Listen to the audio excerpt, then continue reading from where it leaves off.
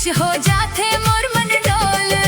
दूर दूर ले संगिया ही सतनाम के जोत जलाही।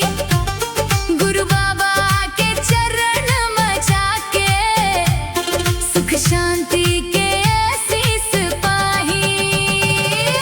चूड़ी बिंदिया माला ले हूँ, बाबा के चरण में फूल चढ़े हूँ। मन के हरे के आसला आज गुरु बाबा संग कहे हूँ। मिठाई नारियल संग ले जाबो, प्रसाद घर घलो लाबो।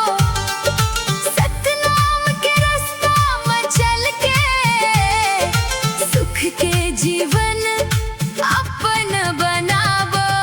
अमर झंडा जेत धाम चमके, भक्ति के दीपक मन में दमके।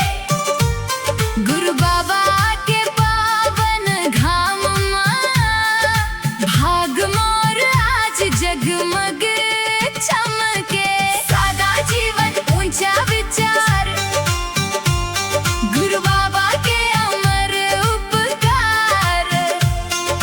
सत्य अहिंसा के सीख देके रोशन करन ये संसार।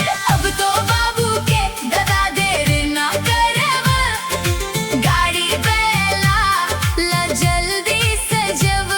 गिराधपुरी धाम बुलावत है, मोला अब नहीं रोको हव।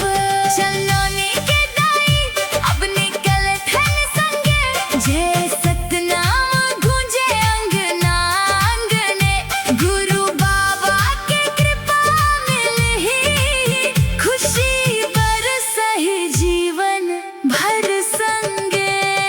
चलब रे चलब गिराध के मेला, जय गुरु घासीदास गूंजे अलबेला।